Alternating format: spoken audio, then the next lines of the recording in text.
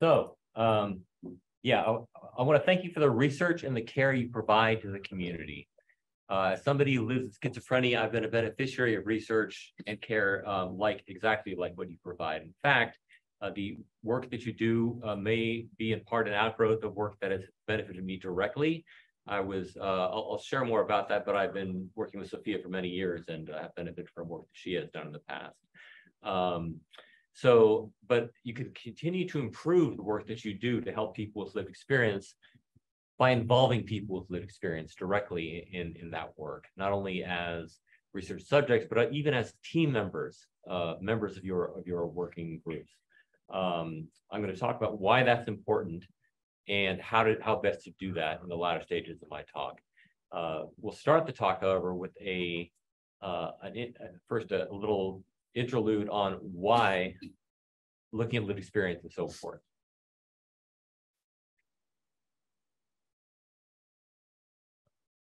I do that slide.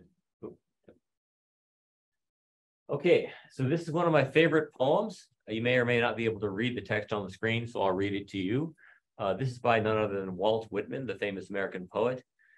When I heard the learned astronomer, when the proofs, the figures were ranged in columns before me, when I was shown the charts and diagrams to add, divide, and measure them, when I sitting heard the astronomer where he lectured with much applause in the lecture room, how soon unaccountable I became tired and sick, until rising and gliding out, I wandered off by myself, and from time to time, in the mystical moist night air, looked up in perfect silence at the stars.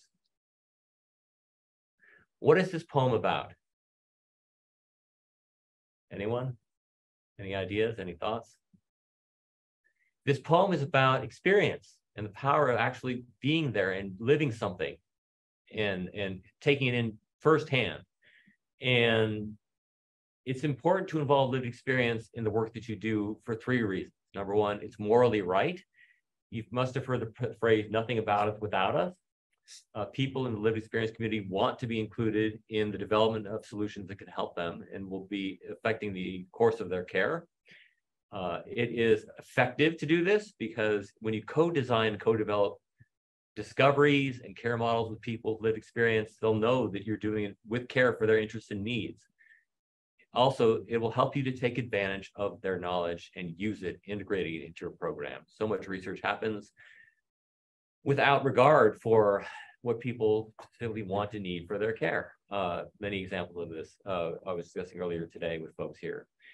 And so by having that knowledge firsthand, you can directly serve those interests and needs.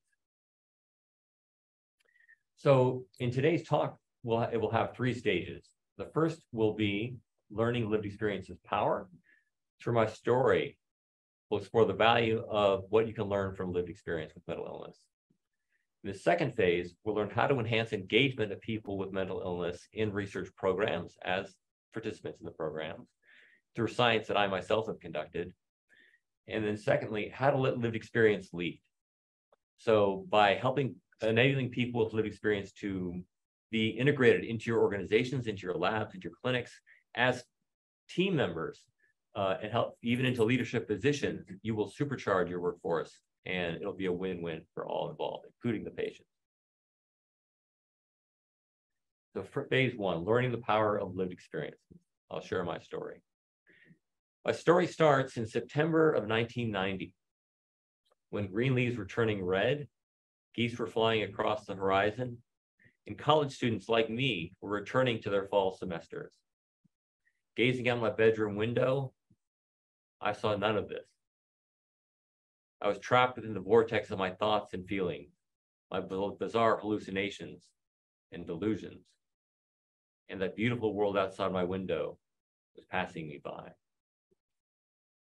I thought a lot about why hadn't the medications that I was taking that my doctor prescribed helped me feel like my mind was my own again. It had been months since I felt like the person I had been just as soon as I could remember, strong enough to reach for the stars. And I thought a lot about things that I missed from the life that I had once had. Beautiful time spent with friends back in college at Dartmouth College in New Hampshire, learning principles of physics and human primate behavior in the classes I so enjoyed, and Even thought about the endearing chimpanzee family I'd been studying that summer as a volunteer research assistant at the Oakland Zoo. And I doubted I'd ever experience any of those joys again. And the doubt was slowly crushing my will to go on. Now, the only thing that made sense was that demons lurk behind every corner, behind every bush, every tree. I was convinced that they were waiting to pounce on me. I made the slightest moral mistake and drag my soul off to hell for all eternity, where they dance on it forever. The hypervigilance that this worry every moment of every day was provoking within me was causing me to become exhausted and desperate. I knew I couldn't handle this fight much longer. But sometimes moments of relief would appear, like I was close to heaven. And in those moments, I thought to myself, wait a minute. Is there a way out? As I had heard of elderly folks dying quickly when their spouses had passed away because they were heartbroken, I was certain that I too could choose to go to sleep and not wake up. I got my sleeping bag out of my closet. I called toward the kitchen. Good night, Mom. Good night, Dad. Good night, Shannon, my sister. I'm going to go sleep out on the lawn again tonight. As I strode out to the front lawn and spread my sleeping bag over the fragrant green grass, my thoughts began to race. Did I really want to do this? Was there any reason to go on? I nestled into the cozy folds of the sleeping bag, and as I gazed up at the galaxy overhead, it was once such a source of inspiration, but now it just glared down at me, accusing me of failing in my life. I feared my dreams were dead at that point. But then the wind picked up and brought the scent of the fresh green grass into my nose. And it stirred something new, a curiosity for life. And the answer came to me then, yes. All that summer, there'd been a spectacle that I wanted to see. As male chimpanzees often perform a ritual called the dominance display, which Jane Goodall, the anthropologist, wrote about in her books. This is when they jump up and down, they beat their chests, they hoot, they scream, they do all this to inspire awe and deference in the chimps that they are in their community. And I thought to myself, this is exactly the kind of ferocity with which I want to take on my life. And what a spectacle it would be to see one of these displays firsthand, how exciting that would be. I also thought, you know what? It's not just a one-off. The universe holds endless potential for beautiful discovery, and I have the power to make those discoveries happen. That evening felt the beginning of curiosity as a fundamental value within my life. The power of curiosity to open doors for people to better lives for them. That's something that got me up again, walking back inside, committed to my recovery once more. A day came shortly thereafter when depression was overtaking me again, because recovery was like climbing a rocky trail, not a straight shot up, rather one step up and two steps back sometimes. And I had taken to shuffling around the house where I was living with my parents, because it felt better than just sitting still with my raging thoughts. So one morning I shuffled into the kitchen where my dad was eating breakfast, and I didn't even see him there. I was just too wrapped up in private pain. I just stared at the floorboard, closed my eyes, and began to sway. And that's when I heard my dad say something deeper than I'd heard him say before. There's a lot of love coming from here, Brandon. I opened my eyes and met his gaze. And I knew in that moment that my illness had impacted him deeply, because I knew that he meant what he said. I also felt simultaneously embarrassed my illness had hurt him, and relieved that he loved me anyway. It occurred to me that I had not felt love in a long, long time, but that I wanted to feel and be a part of that love of my family again, that I wanted to participate in that love again. And that morning saw love at the beginning of love as the morning saw the beginning of love as a primary value of my life. I live and lead by that principle today. And I dedicated myself at that moment to my recovery once more. So I set alarms on my watch to remind me to take my medication every 6 hours when it was due. And every moment, every week when I would visit with my psychiatrist, I would look forward to that moment because I could share with them how the voices had quieted and the world around me had gotten clearer. And we celebrated together with enthusiastic high fives. So within about 6 months, I was back at Dartmouth successfully, not well, but functional, and able to graduate on time with honors 2 years later with the degrees in engineering sciences and anthropology. And I was able to go to work for a satellite engineering firm building spacecraft, my life's dream to build spacecraft at that time.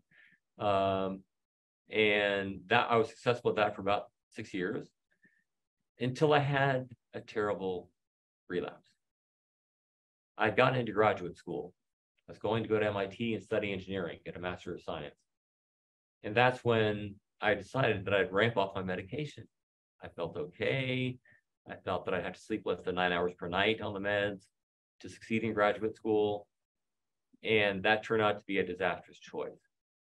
When my roommates found me madly kicking a soccer ball around the backyard of the home we shared and accusing me of being a worthless lunatic, I knew something had gone terribly wrong. I checked into a hospital again with my parents' help. This time it's at UCSF, and had to resign ultimately from my job. I just couldn't do it anymore. It was just I was too ill, obviously. And it took me much longer to recover from the second episode. It was a terrible setback. Until about a year later, I had the opportunity to participate in a clinical trial. My family had founded One Mind, our nonprofit organization, in the intervening years, inspired by our shared experience with my schizophrenia diagnosis and beginning of recovery. And they wanted to fund research that actually could help people in the long run. So one of the first projects they funded was something that Dr. Sofia Vinogradov was doing, a clinical trial of a neuroplasticity-based treatment called cognitive training. I had the great good fortune to meet Sophia, and she enabled me to enroll in the program as a participant, and I got to use the cognitive training. So I dedicated myself to that training, using it for an hour a day, 5 days a week for 2 months with discipline. And every week I noticed myself getting a little bit better. So when the 2 months was done, I was able to focus on conversations much better. I could understand what people were saying. I could remember what they were saying. I wasn't zoning out like I was zoning out before with the psychosis and the anxiety. And I was much more fluent socially as a result. So within about 6 months after that, I was back at work, back enjoying time among friends. And the newfound confidence that I had enabled me to participate in a community again of actual functioning adult life. So that really did me a huge favor, a turning point in my recovery. And I knew that I'd return it someday. But before I could dedicate myself to helping other people through a nonprofit, the advocacy that I do today for a nonprofit, I needed to learn to grow beyond just helping myself and caring for my family to helping other and caring for other people, period. So for the first few years of our nonprofit, One Mind, I was a little bit resentful that my parents founded it because I still was symptomatic. And I didn't want to be the center of attention. I didn't want to be involved in publicity for this nonprofit. Every year we hosted at our vineyard, we have a family that has a winery in Napa Valley. We hosted a music festival for brain health. In fact, we still do this today. It's our main annual fundraiser. But the whole community was abuzz that year, 2005, when abuzz with anticipation for this 10th anniversary of this event. But I was still feeling that resentment. Until I dropped into my office chair that morning. I was working for my family's winery business as webmaster. I had taught myself web design from a book while I was recovering. And I dropped to my office chair and read an article that I received by email about the son of a donor to our nonprofit. It's a public article. His name is Mark Browning. He's pictured here with his mom, Liz Browning. And he had had schizophrenia as well. He had an encouraging recovery at first. But then he decided he didn't need his medication anymore. And that sounded pretty familiar to me. And then I read about how when his mom found him in his apartment a month later, he was past the point of no return. The medical system could no longer help him. He was too far into his psychosis. And I was outraged at the injustice of that. The gritting of my teeth and the clenching of my fists made my jaws ache. The outrageousness of that, the fact that so many young people in our world, as the article made very clear, could not access the care they needed, drove me to want to do something to right that wrong. So I realized a moment later that there was something I could do. I had a story. My family had a nonprofit that supported science based on that story. I called my mom on the phone immediately. I said, Mom, what if I create a website for our music festival for mental health? What if I create the very first dedicated website and publicize what we do? I can share my story, our family's story, share the story of the scientists who we fund, the entertainers who perform at the event, all to build hope in people who are out there struggling and support for the science. She said, go for it. So about 2 months later, when the Music Festival for Brain Health happened in 2005, and festival goers' praise for the website came to me, I felt like a conquering alpha chimpanzee fresh off a dominance display. Extremely proud. And I prayed in thanks for the ability to contribute to a cause that is so crucial to so many people. Today, I lead One Mind, and I'm very grateful to lead this amazing team of people at this organization as president. One Mind's vision and our mission is to catalyze visionary change through science, business, and media to transform the world's mental health. We have made tremendous impact over the last 29 years, and we'll continue to do so. And Sophia's work has been an important part of that. So we catalyze visionary change through science, business, and media. The science division that we have accelerates breakthroughs in the understanding, diagnosis, treatment, and prevention of mental illness through research. The Rising Star Awards that we fund every year are part of that science program, as is the accelerator that Sophia mentioned earlier, helping entrepreneurs to scale those discoveries that Rising Stars make and they make themselves into treatments people can use at scale. The business division is called One Mind at Work. We scale the implementation of mental health solutions through entrepreneurship and corporate workplace culture. And the media division, called One Mind All Media, changes attitudes and behaviors in young adults to normalize mental health and to normalize health seeking through treatment using content. I can share more about what we do, and I will at the moment. So one program we convened in 2020 was called the Youth Mental Health Screener Project. We realized on the advice of our scientific advisory board that there was a gap in the mental health system around early psychosis focused on screening. So we convened a group of experts and people with lived experience in the design of that screener. So that project is now underway and funded by One Mind, but the people with lived experience were crucial to the advice that we got on how to do that well. This young woman is Cecilia McGow. She lives with psychosis herself. She founded a nonprofit called Students with Psychosis, and it's still going today. Very dynamic young woman. But she shared as part of that think tank that it's critical that you take advantage of the perspective of not only the family of somebody struggling, but the individual themselves. Ever since then, we've been dedicated to involving people with lived experience directly in our work. We continue to do this project after project. I've also shared with major agencies from my own lived experience, things that I've learned to guide their work. For example, I served on the National Advisory Mental Health Council for the National Institute of Mental Health for about 5 years, alongside Sophia for several of those years, proud to say, and gave them many good suggestions, including involving people with lived experience more in the NIMH. That may have started to have some traction from what I've heard today. And I've also advised a project called the Accelerating Medicines Partnership in Schizophrenia, which the NIMH is involved, as is One Mind, as are a few drug companies and other nonprofits like NAMI.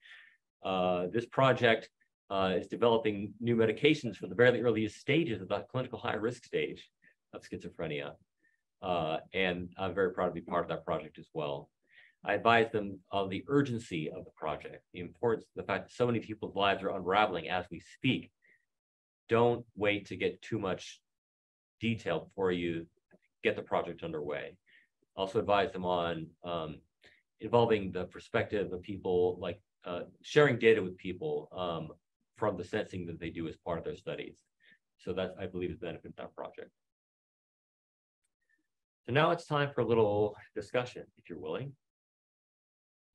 Many of you work with people with mental illness. Have any of you known anyone closely with mental illness that you've learned from, that has influenced your work, and how has that helped you in your work? Would anyone like to share any experiences like that? Yes. Yeah. Nick. I can share. I'm Jules. Yes. Clinical social worker, and I work in the strengths program. Closely in my life, SPMI actually is really high. So my grandma has schizophrenia, and my mom has a bipolar disorder. So I think those life experiences have helped me become passionate and empathetic to what somebody's lived experience is, seeing what that true suffering is behind the doors of somebody's home and in their personal life, to know that what we're seeing in the clinic is only a snippet of what they're actually experiencing at home and the suffering and the challenges that they have. How's that influenced your work? I think it's informed it. It's helped me be understanding and kind of want to learn more and help more. Yeah, motivating. Great, great, yeah. Thank you for sharing that. I have a cousin that I was very close to growing up. I was the older cousin, she was the younger cousin, so I did a lot of babysitting and, kind of, I remember there was a family trip to Europe and she was 15 and in that teen thing, and I met up with her because the parents had had enough and spent a week with her, kind of taking her around. And so, and she's an incredibly brilliant person, and really early in her career was a human rights lawyer who was seminal, and it's really some amazing, very early international legislation, sort of international law around human trafficking. And she had bipolar illness, which was maybe in retrospect apparent during law school, but really didn't declare itself fully until she was a little bit later in her 20s. And her bipolar illness was associated with very severe episodes of psychosis. And what I experienced personally was the other side. I'd been a psychiatrist, now it was the other side as a family member, seeing how hard it is to get people into good treatment. Even someone who's, incredibly well educated and lives in New York City, right? How there are treatment providers out there. We first went to an academic institution who are kind of unethical, and they wanted to enroll her in a study because they could squeeze her into the inclusion criteria, but she really didn't meet the inclusion criteria, and she was way too ill to be at that point in a study. That was one experience we had. That she was pretty treatment refractory, so seeing sort of the limitations of the treatment we have, of watching her cognition become increasingly impaired as she went through the illness, and just sort of seeing the other side of when the system doesn't really work very well, and yet feeling myself a part of the system. And so it's been a very sort of, complex journey. She's done really well in more recent years. And so things really sort of started to turn around for a number of reasons. And so, there was that sense of, yes, be patient, take the long view, things can turn around. But I think how it affected me most personally was just seeing the limitations within our systems, limitations of access to care, limitations of the treatments, limitations of, trying to get a team going around her. It was impossible to get a team going, so there was therapist here and the psychiatrist there, and then she'd be hospitalized over here. And so it made me feel like, wow, we have a lot of work to do. Yeah. Here. Thank you for sharing that. That's what motivated my parents to start with mine at the very beginning. The treatments are not where they need to be. Yeah. Thank you so much. Yeah, and the systems of care also. And systems of care, something we're involved in now, and you are as well, and all of you are involved as well in. Like Jules, coordinated specialty care, for example, and Melissa is here too. Yeah. Thanks for the work that you do. Yeah. Yeah. So, so now I come to the next phase of my talk, how to enhance lived experience participants' engagement in mental health research and care. So in 2018, I graduated from my master's program in healthcare administration and interprofessional leadership. I got a Master of Science from UCSF. And I based my capstone project on something I learned from Sophia by being a participant in her trial and working with her in the intervening years. I learned that it's critical that to derive benefit from a mental health program, in this case, it was an app, you must engage with it consistently as a service user. Using it every so often won't do it for you, just like therapy or any other aspect of healing. So I based my capstone project on how to build engagement with a specific mental health app. This was an app developed at UC Davis. It was called Moby. And what it was a survey app that enabled clients in an early psychosis care program to log every day and every week their symptoms, their mood, their anxiety, their sleep patterns, their medication usage, and so forth, and personal notes, like informal notes as well, to help their clinician keep track of how they were doing, and themselves also keep track of how they were doing, gave them that data feedback. And so one study that had studied that app in 2018 had some pretty low cumulative engagement, as so many of these apps do. Over time, people just stopped using them. This study was done by Kumar et al. And included Drs. Laura Tully and Tara Needham in 2018 at UC Davis. So I was working with them on this project, and they enabled me to use that app with 15 young people in 2 clinics, early psychosis clinics in Solano and Napa counties near where I live. I had the great privilege of working with these young people and the clinicians in those clinics to try and build engagement of those young people and the clinicians with the Moby app. And I brought to bear several best practices that I learned about from literature and tested some of these out using a theory, the trans-theoretical model stages of change theory, which you might know about. It's all about engaging people where they are in their health journeys, meeting them where they are, and then helping shepherd them along to the next stage of engagement. So using these several best practices, I was able to achieve a 29% relative improvement. It's the dashed orange line on the screen with the squares in it. That's the cumulative engagement of the patients over time. And you don't see the earlier study line on here, but I can just tell you it's 29% better than the other study. This is the data from my study represented here. And best practices like this have helped other apps to improve their engagement. For example, the Focus app developed at University of Washington by Dr. Jordan showed an 86% engagement over 6 months, very high from the use of that app. And the Prime app, which Sophia was involved in the development of with Daniel Schlosser at UCSF, showed 100% engagement across the 3-month study in 2014 using these best practices. You may be wondering, what are these practices? You know, what am I talking about? So I'll share them now. So these are based on science. So one, user-centered design, something I used in my Moby app study, something the Prime app used very proficiently in its study. Co-designing the app or the program that you're involved in offering with those people you're aiming to serve. That way they know that you are taking advantage and using their insights and care about what they have to say. Behavioral coaching. This is what I did involving the stages of change theory, helping people with things like sharing tips on how to sharing tips from other users in the program on how they best use the program and how it benefited them and how they stayed engaged and so forth. Also offering praise. That was another example for using it that was less effective than some of the other things. And even offering direct contact with a coach, as a Prime app did, helped people along. Social connection and accountability. So by connecting the users with an app with each other, like the Prime app did very well, people stayed engaged with the app, that have that social network, they encourage each other to keep using it. Sharing data with the users. If you're collecting data from an app or another program, make sure the users of that program can benefit directly from that data by sharing it with them. They really value that.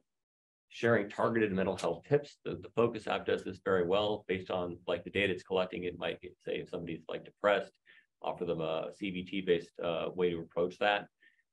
And finally, emphasizing that participation will advance science. That altruism, bringing that altruism into play was very important for me, staying engaged with the UCSF program that Sophia led in the clinical trial that I was in, as well as many participants in my own study. So did many of you have conducted studies or led programs for clinical care that require the engagement of people involved in care to be there and need to be consistently involved for their success? Do any of these practices resonate with you? Have you ever used any of these, or they sound like they could work for you? Any thoughts on that? I've certainly used some of them, and I think that they're essential for what we do. Being involved in intervention research, you know, we want these to be both effective, but we want people to be able to use them, and getting people involved. We're doing that currently, and we found that we're holding these stakeholder groups and getting people that are actually going to be using these interventions to give us the feedback, like, yeah, that's not going to work, or I really like this part, or it's something different. It's much more than we as the clinicians would know, and it's been invaluable kinds of feedback. I think one of the things that we've seen that's been really important too is that we pay people for their time. That we respect that they are just as important contribution as everyone else on the team, and that they deserve that equity as well. And that's been really, really important. Right on. I'm so glad you do that. That's what you should be doing. That's fantastic that you do that. And that's the user-centered design, like you're talking about, you know, bringing people in to co-design it with you. Lionel, I'm wondering if you could say something about the feedback report, because that's another great example. Yeah, I was thinking about that, and one of the great contributions to care at this department had in the past few years with Sophia leadership here has been using all of the assessments and all of the measures that we give to our patients, not having them just sit in a file cabinet, but actually giving that information back to our patients. This is also for research purposes as well, but really kind of integrating all of that time. We ask people to get that time for treatment, for research. In addition to paying them, the other way we can value their time is saying, look at how your results have changed. How you've improved in the past 6 months. This is what's getting better. Here's an area where we can highlight this concern, and maybe you should be addressing that with your team. So I think that the user, as you said, is the center. The experience is really important, so that it's not our system that's the care. It's not the research protocol. That's so great that you do that. How have the service users responded to that sharing of the data back with them? There's a good portion of them who are super excited for it and ask for it and wants to see previous reports and about it.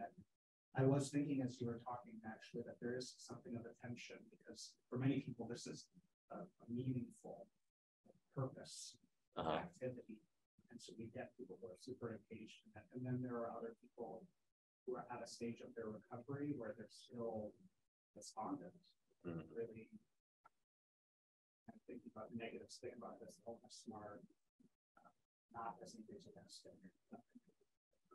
Have to figure out what's meaningful for them and how to stay involved.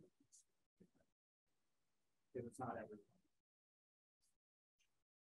Yeah, it's a long journey, and that's why I was using the stages of change theory in the work that I was doing. Are you familiar with that work at all? Yes. Yeah. Okay. Yeah. And I think we think about that as well, especially for early intervention.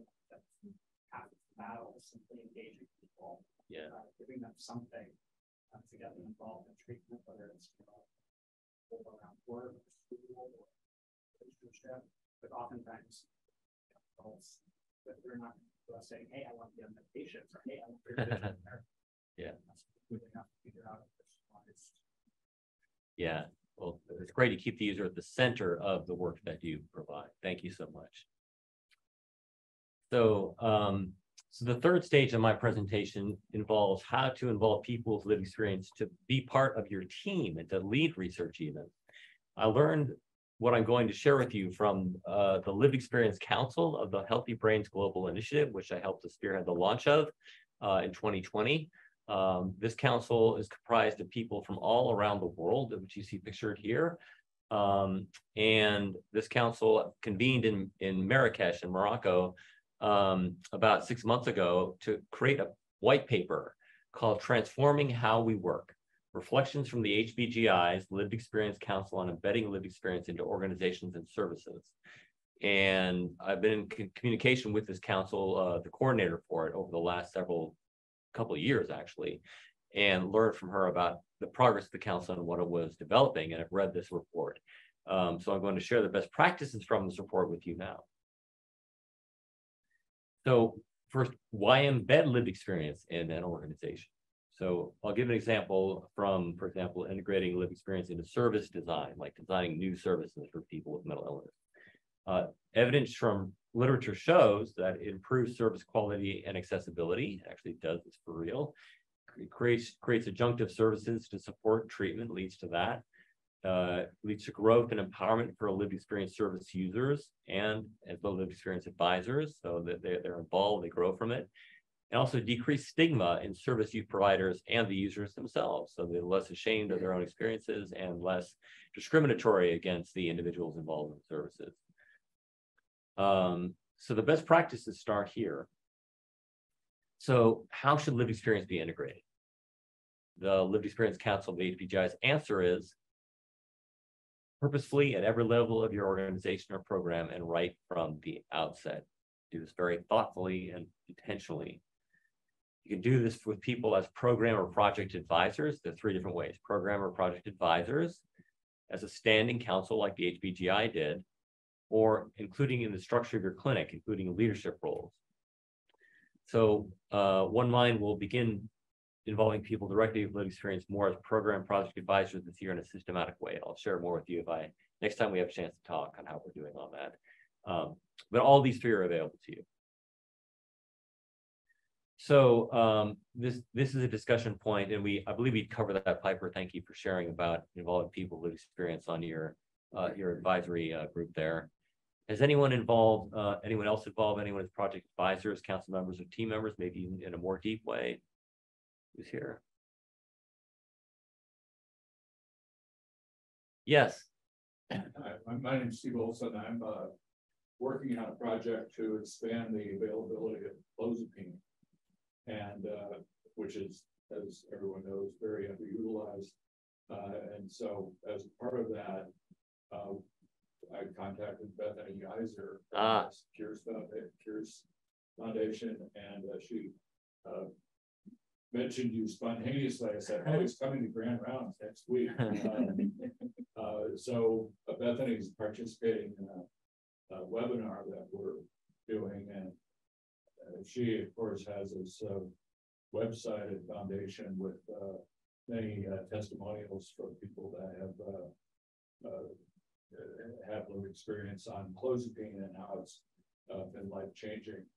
So we're trying to model that with our webinar and have participants and family members all participate and give their story as to how access to this medication has been challenging, and when they did get it, how it made a big difference. And I think that's really important to get over the hurdle of convincing people to embark on a not easy journey to get onto a challenging medication. Yeah, having that kind of feedback from people who've been on it, that journey, sharing that journey, that it's been successful in some cases, or sharing that it's been that have common challenges and how to navigate those. That sounds really helpful. Yeah, Bethany is great. I've known her for about 5-6 years, and I just talked to her about a week ago, actually. And she'll be sharing my story on a book that she's writing, another book she's actually written. This will be her 2nd book, as you probably know. Thanks for sharing that. So the success factors to embed lived experience in your team or program are threefold. three different categories of success factors coming from the Lived Experience Council, the HPGI. First is culture. Essentially provide a welcoming environment to encourage participation and expression among diverse stakeholders so they can succeed and you can succeed. Systems, second category, ensure that lived experience participation is intentionally and systematically embedded in your organization. It's important, don't just do it as a checking the box kind of a thing. And finally, resources. Make sure that your clinic has the financial and time-based resources to support the involvement of people's lived experience before you actually involve them in the first place, so you can do this right. I'll go into these in more detail. Starting with culture. So there are 4 areas of culture that are important to look at. One is embracing diversity. In your clinic or lab, there are likely a wide variety of people who you aim to treat or aim to help through treatments that you're developing. So it's important to capture the breadth of the patient community that you aim to serve by taking advantage of many dimensions of diversity. So not just different types of lived experience, but of course, age, race, gender, sexual preference, social economic status, all these are critical to get that diversity in. Because if you know one, I think there's a saying, if you know one person with mental illness, you know one person with mental illness. You have to know many to really have a good picture. Foster inclusivity and well-being amongst the participants in your team who have lived experience, provide a welcoming environment so that they feel empowered to speak and share their insights and skills. And you may need to actively encourage that self-expression. If they have what you might call an imposter syndrome, which I've experienced, and many people with lived experience who I know have expressed that as well. In fact, the LEC, the Lived Experience Council of the HPGI, has a whole seminar on how to manage imposter syndrome. And also to provide mental health supports as needed within that program for those people. Support adaptability. So many people with mental illness can benefit from accommodations for the challenges that they experience working in the workplace. They may have perhaps difficulty concentrating, difficulty following through on plans. And so if you co-design the roles with those participants to take advantage of their strengths and accommodate for the challenges they experience, then they're more likely to succeed, but you can also work toward the best fit over time. And then this is crucial, see the strength beyond their illness. So people who have an illness, I'm an example of this, have learned so many times perseverance and compassion and resilience from their time living with the illness. That is a strength. They may also have many professional skills they can bring to bear on the work that you do. So embrace the whole person and all that they are, not just their illness. So for those of you who have involved people with mental illness in your programs or your studies, how have you worked to capitalize on the diversity of the community out there and kind of bring all that in? Does anyone have an example? We could talk about the diversity projects. That's exactly what I thought of. I mean, we are an interesting place. And I'm a transplant myself, and I find this place quite interesting that Minnesotans are particularly open to receiving a lot of different communities. Good. So we have a lot of refugee communities in our state, in different pockets of the state. And I think that we've known we need to do a better job outreaching to these communities, and we've done little steps to do this. But fortunately, we have some residents and social work students right now that are really interested in the Somali population in particular, and are working to do some outreach to really figure out what the disparities are in accessing services. And I think really seeing these different communities for who they are and going to them and asking them, how do we do this, rather than assuming that we know how to do this. But it's one example, and I think it could serve as a nice model. I think we have a long way to go, but yeah. That's really awesome. Yeah. Because you don't know what somebody's experiencing until you interact with them and talk to them. And I mean, so many marginalized communities don't trust the mental health system in general, unfortunately, because they don't see themselves represented in it. So bringing people in from those communities will be essential for helping them get the care that can benefit them in the long run, but on their terms. It's particularly hard when they don't even have a translated word to use for schizophrenia. Okay. And I know that we've all kind of had this experience where, you know, where you're trying to communicate this, and then in their culture, there's just not even a translation for it. It's just really tricky. How have you managed that? I think a really good example of kind of bouncing off of what you've been talking about, Piper, is one of our students identifies as a social work student, identifies as Somali, and she has been part of this kind of research effort to get together community members and diversify people by age, gender, also profession, a school teacher, a nurse, you know, spiritual advisor, whatever it may be. But she herself is the one going into the community, in her community, and able to talk about it in a shared language and understanding. And I think that goes a lot farther than perhaps me, you know, going into a community and using these terms that don't translate. So she just has a different vocabulary that is more, I think, accepting and inviting of conversation. That's brilliant to involve somebody who's from that community and of that community to speak with the community. Yeah, thanks for sharing. Next success factor is systems. So it's important to systematically involve people with lived experience in your organization intentionally. So we'll start by choosing governance structures that fit for the purpose, and to co-design those systems with the lived experience participants. So for example, the Lived Experience Council of the HBGI has members embedded as well in the board of directors and in the work groups that drive the mission forward. So that is one way to do that. And then make sure there are avenues for open communication all throughout the organization of that lived experience perspective. So it's not just siloed somewhere and then forgotten.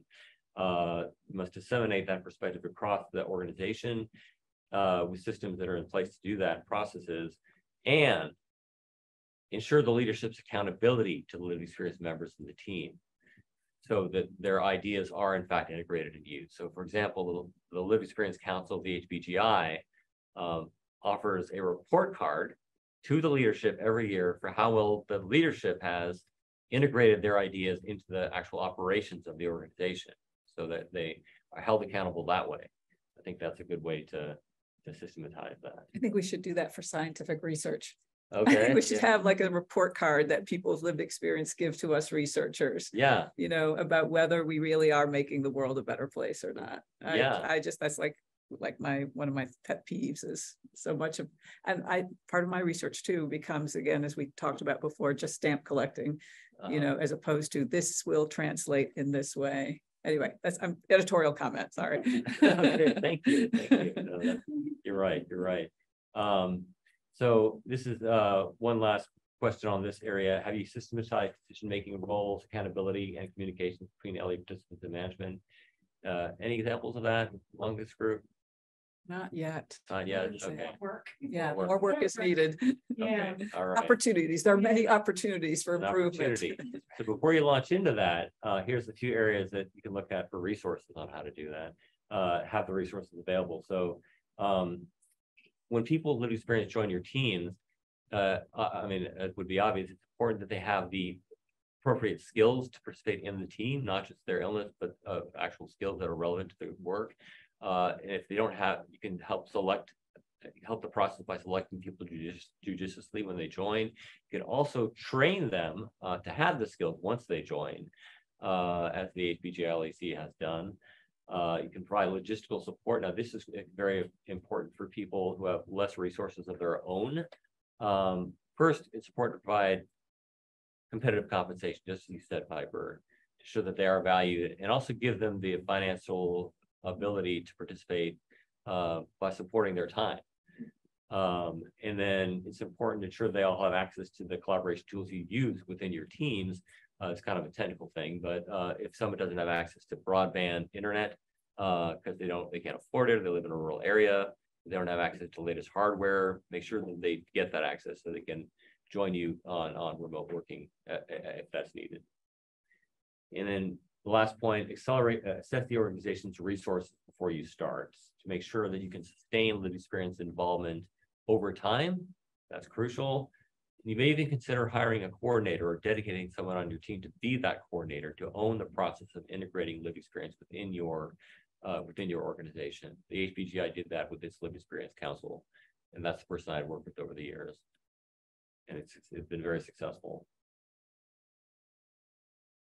So this question may be a non-applicable as well. Have you allocated resources to support the success of your lived experience participants to enhance your clinic success? You mentioned paying them, which is great. That's one example. It's more to come. Yeah, Okay. I would say. yeah. Good. You also mentioned, I'm sorry, I didn't catch your name. Lionel. Lionel, nice to meet you.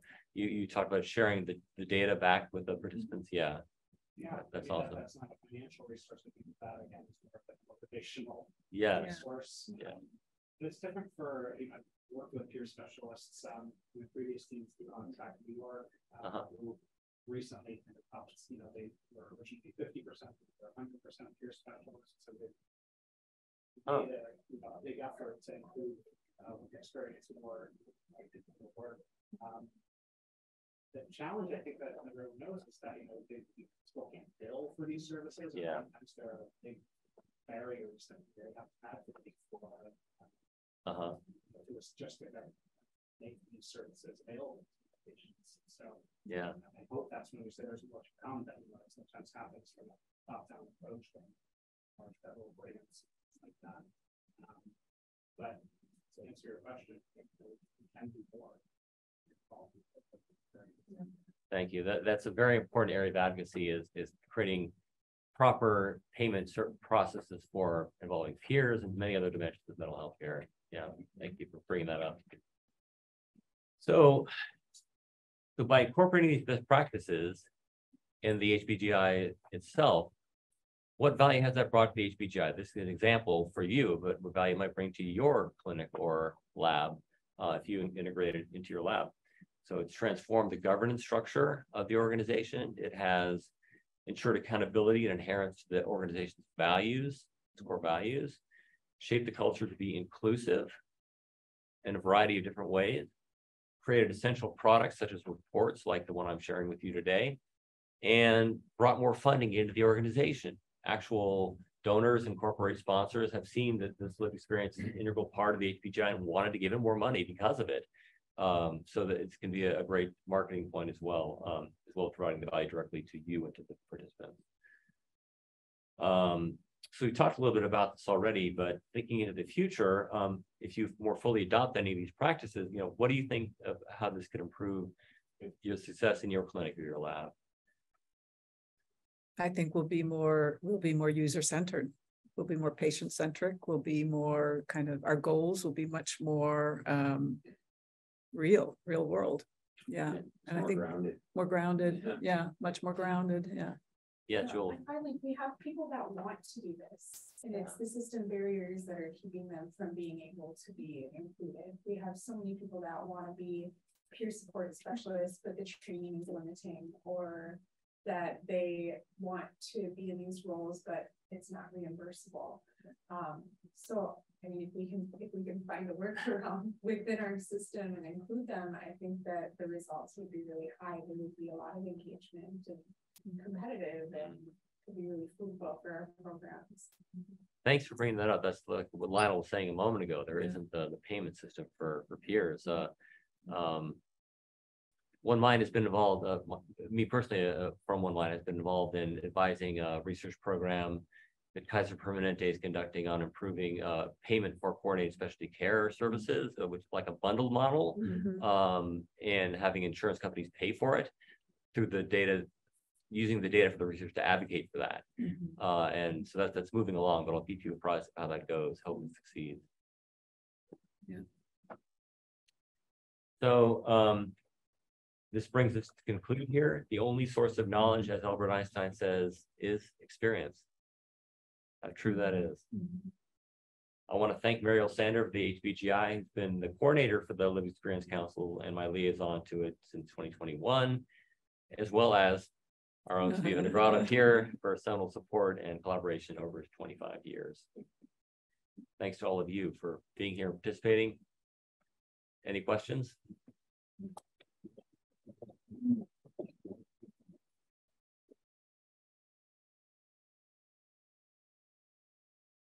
Yes, Piper. So have you ever looked at, I'm curious, if you've ever looked at organizations that have more peer support specialist involvement, and if that leads to more like involvement across like more spheres, like if organizations adopt that early on and value that, does that then permeate through other parts of the organization to get it more into research or more into other kinds of areas and training and those kinds of things?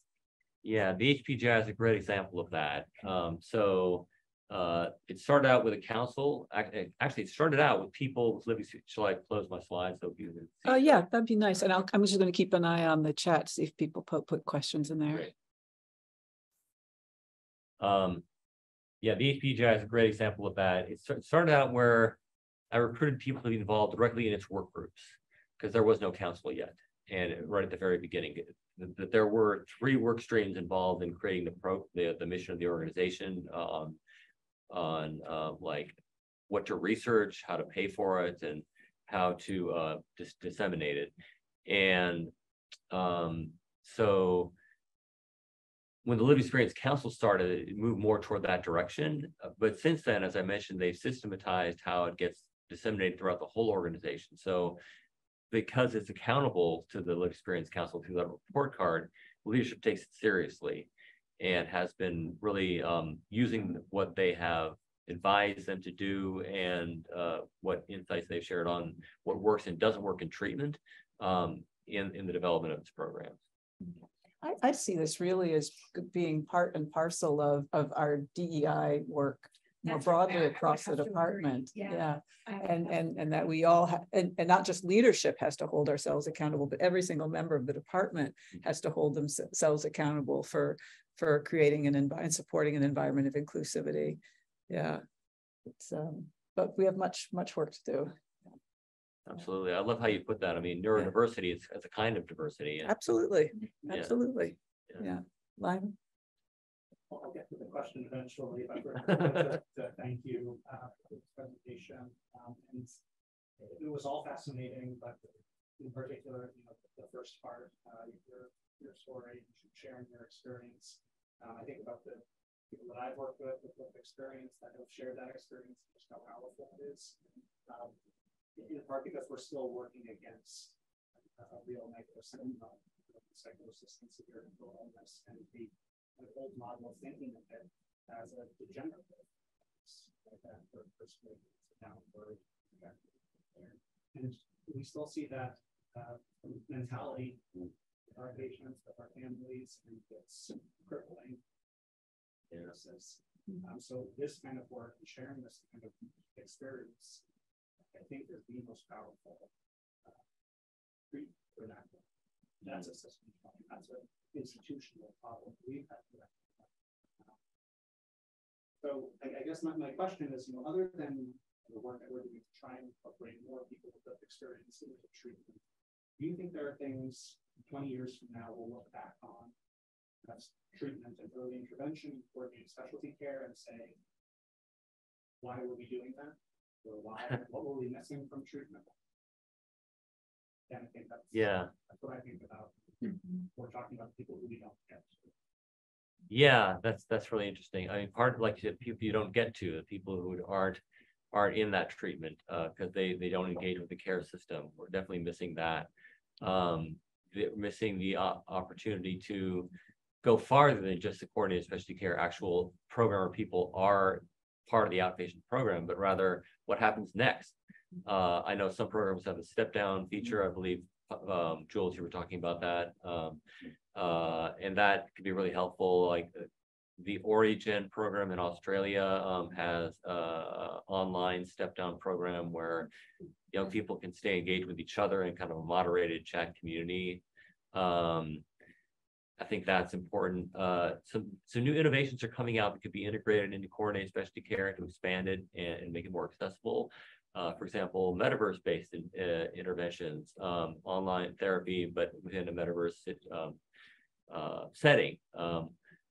The last year at our music festival for Brain Health, the singer, the performer was Jewel, who's also a mental health advocate herself. She co-founded a company recently called Inner World, which is a metaverse-based CBT kind of therapy platform for people in the community. Just as one example of metaverse-based intervention. I've heard about another one that is using Minecraft, the game, as a platform for online group therapy. So using technologies that can, I mean, in-person care will never be replaced, will never be obsolete, but I think it should be augmented more by these technological solutions. One other area that's interesting is, we were talking about it last night, is chatbots and the ability for to scale CBT and such to more people, not necessarily as a therapy, but as a training, you know, and so or as on-demand kind of tip-based solution. So that's evolving too. And as we were saying last night, it's never going to replace people, I don't think, but it can reach people in those moments when a person can't be there, I think. Welcome. One, it's very exciting what you're talking about in terms of this kind of humanizing the environment, you know, the work environment where, you know, there's more self-disclosure, more openness. That's I find that exciting in many ways. It's also it could be disorienting in some ways too, because you know, I'm, and perhaps others here are very accustomed to like being in roles like, well, I'm the provider, you're the patient. As a provider, I don't self-disclose that much. Do you have any, and maybe Sophie can address this too, you know, any guidance or recommendations about how we navigate into this, you know, world where there might be more self-disclosure, more sharing of lived experiences, and still kind of, do we need to hold on to those roles, or do we kind of let them kind of relax a bit? How do we negotiate that? That is a great question. When I was doing the research program with young people in the early psychosis clinics, I did not self-disclose that I had schizophrenia to them. I was thinking at the time that because there is stigma out there, they may question my ability to do the research, but also because I wanted to focus on them and not on my own condition. Maybe that's a good reason for providers not to disclose about their own conditions they may have. But I've often in retrospect thought about, would it have improved their engagement if they knew as a person doing the research that I live with something they live with. And I didn't test that, but it certainly could be worth testing. And I mean, peer support specialists are phenomenally important members of coordinated specialty care teams at building that engagement and being that conduit for engagement for so many young people, building that trust, that's the source of inspiration, that emotional connection. Somebody's been through it as well. So if peers are involved, they can do a lot of that already. It's their role. As a clinician, I'm not a clinician, so I can't speak from firsthand, but based on my experience acting in a research framework, clinical research framework, I think that it could actually help improve engagement. I mean, I'm just speculating, but I think it could. Yes. Just to add to that, I've just been thinking about this, the more we kind of embrace these kind of co-creation models, like with kind of having people with lived experience on our teams, I think we'll have more practice with this situation of different roles. And I think we'll be challenging some of these maybe like deeply held practices as kind of, and realizing how weird they are or problematic. You know, I think that's part of the hesitation many young people That have. An example, sorry. Yeah. Yes. Oh, sorry, I didn't mean to interrupt. No, I like blurted out while you were talking. So no, it's fine. It's fine. No, it's no worries. I think that might be why many young people don't want to engage with therapists, because it's that there's a power dynamic, right? Because I'm not sharing with you what what I am experiencing, but you have to share with me what you're experiencing, right? And so it's unequal. So I'm going to make a small comment here, because I had the great fortune as a resident of working with Irv Yalom in the context, who's a group psychotherapist, and Irv's model was very much about his role as being very transparent in the therapeutic encounter. He was a group therapy, and his model of doing group therapy also was very much about the here and now. So it might be something like, you know, Scott, I just found myself getting a little, you know, anxious as you brought up that topic of X, and I felt like you were talking to me and saying something about me. So is that very much here and now kind of therapy? And he, as the therapist, really stepped away from the role of, you know, I don't say anything. It would be very much in the role of, you know, I found myself having that same reaction too, or, you know, I had a past experience where someone accused me of X, Y, and Z, and this is stirring it up for me. And he wrote about what are the boundaries of self-disclosure of the treatment provider, and I would say it can just distills down into something very simple. If the self-disclosure is going to end up having, you know, the person who's come to you for help feeling like they need to help you, Yeah. then that is, you've transgressed, right? Right. But if the self-disclosure is in the service of, and if done well, right, actually accomplishes helping the person move forward on their journey to recovery, feel a shared humanity, understand that they are not alone in experiencing that, test their own perspective, right, against somebody else's perspective, then it has been therapeutic.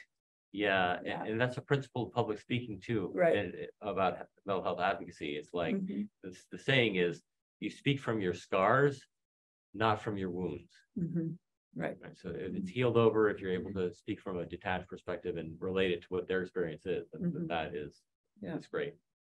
I think the field is changing. I think that this view of that, you know, and I think it comes from the lived experience movement, that we want to be involved. You need to involve us to do this the right way. And I think and the use of the integration of peer support specialists, we're integrating family peer specialists on the Navigate teams, the whole idea of like, there's a wall or there's a hierarchy of some sort is just different, I think, in this generation of newer providers coming up, and for us to learn how to kind of integrate it in a new way and embrace it. I was going to say, I don't know how many times I've been asked in an assessment, have you experienced psychosis? I have not, but just the fact that people are looking to connect in that way. Yeah. But to everyone's point of what we're talking about, you asked the question, Brandon, of have we had a close relationship with someone with lived experience? I think a lot of people, especially in the field of social work, if not mental health in general, go into the field because they have had someone close to them, if not themselves. And so when we think about at what level we might self-disclose, I don't know, I think there's a lot of opportunity, but it should be thought about carefully. Thanks for thinking about that. Any other questions? Let me just look online here. Any questions from people online? Oh, we've got a Q&A. Oh, there it is. Yep. Sorry, didn't see it. Let me pull that up. This is from Lydia. There are community organizations such as NAMI or CHADD, ADDHD focus that can be engaged in offering lived experience experts and others offer synergy with your work. I wonder about your thoughts and how such organizations and your work differs and or overlaps. Thank you, Lydia. Yeah, that's a wonderful question. So we're exploring that right now. So with our One Mind Accelerator program, we have involved a group called Hope Lab, which focuses on making investments in youth mental health in innovative ways and involving lived experience young people in like councils to advise their work. And so they're connected with many young people who experience mental illness, and we partner with them on our for our accelerator program to advise the entrepreneurs in the program on how best to integrate their perspectives into the new innovations that they're making for mental health treatment and science. So we're partnering with them already. We are connected with other organizations such as NAMI. I serve on this group called the CEO Alliance for Mental Health, which is the leaders of the 16 major mental health organizations, mental health advocacy organizations in the U.S., alongside many other leaders like that, like, for example, Dan Gillison of NAMI. We talked about collaboration. They have a young adult advisory council as well, and talked about could One Mind leverage that that council for, say, in our media or to advise our projects. He's interested. Also, have talked with the Jed Foundation about partnering on media and involving young people in advising the work that we collectively do. So that's a wonderful idea, and there definitely should be more collaboration amongst those patient-focused organizations that do build those communities directly, and organizations that want to connect those with research. So thanks for that comment question. Well, thank you. This has been phenomenal. Before we give a final round of applause to Brandon, you know, he's been very kind to make reference to early involvement with the research and so on. But I really want to say publicly that, Brandon, your journey is because of who you are. You are one of the people with the highest level of integrity that I've ever known. And I remember actually saying that to your parents when I was writing them a thank you note, because you had funded some of my seed funded some of my early projects. And I remember writing that to your parents saying, you are just this amazing person with this incredible level of integrity. And you really do lead by your values day in and day out. And I've seen it in multiple settings, you know, both at the music festival, at the NIMH Council, so on. And it's just been sort of a privilege to you know, watch as you've kind of carried out this completely amazing journey, which has really been transformative for the field. So it's been an honor to have you here. And I just look forward to learning more about your ideas, supporting them, incubating some of them here, learning as we go along together. So thank you. Thank you. Thank you very much, Sophia.